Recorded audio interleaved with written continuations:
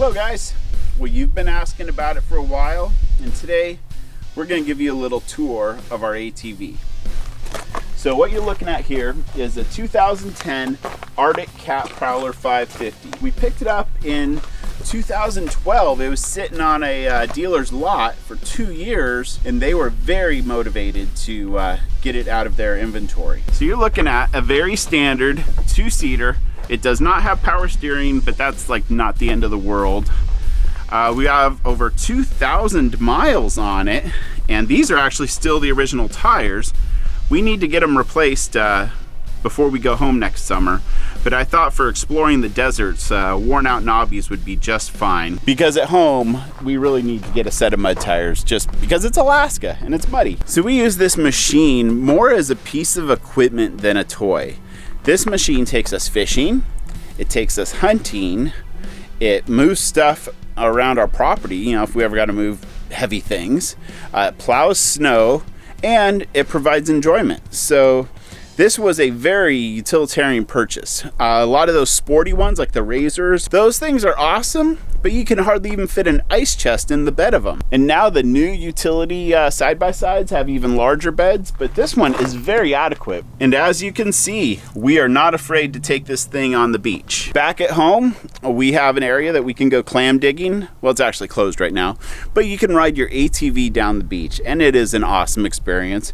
I've always taken it to a car wash and hosed it off after those days, but still rust happens. And Rebecca and I are of the mindset of you have something to use it. It's kind of like having that really nice crystal in China sitting in that dining room cabinet that never gets used.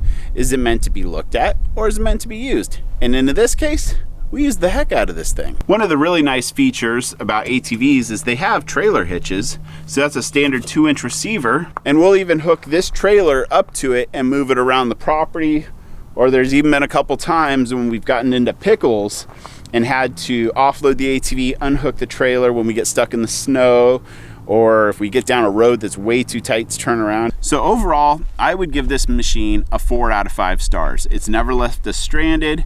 We've gotten it stuck before. It hasn't gotten it. Well, actually, it did get us stuck once. The 4-wheel drive went out when we were on the beach in Kenai dip netting, and I was able to pull the winch line out all the way up to one of those like cement barricades that had a little loop of rebar out, and I was this far away from making it. Now we obviously carry a ton of rope with us, but the funny thing was I had to get pulled out by a it's like a Cadillac Escalade sitting on 22s. It's 4-wheel drive, but it was just weird. We've also been plagued with this issue, and it only happens when it gets wet, and they've never been able to duplicate it, and it's never left us stranded. But after we do water crossings, you know, we will actually trudge through water in this thing. Something happens inside the transmission gearing system, and when you are going like on deceleration, you don't need to hit the brakes on these things because they kind of have like a gear that they grab and slow you down, like grabbing gears on a manual transmission. It has that all built in, but from like 3 to 0 miles an hour, you'll hear like a grinding noise. They've never been able to duplicate it. It's never left us stranded, so I've just kind of learned to accept it. So there's also no shortage of accessories for these ATVs. You know, we opted for a canvas enclosure. Back at home, we have doors that we don't even bother bringing with us because we're in the desert in the winter now. Then we also opted for the full windshield. That was Rebecca's recommendation. I was kind of leaning towards the half, but that has totally been the right decision, getting the full windshield. And then a few years ago, we ended up getting a plow blade. So this will push snow out of our driveway and works really well for that.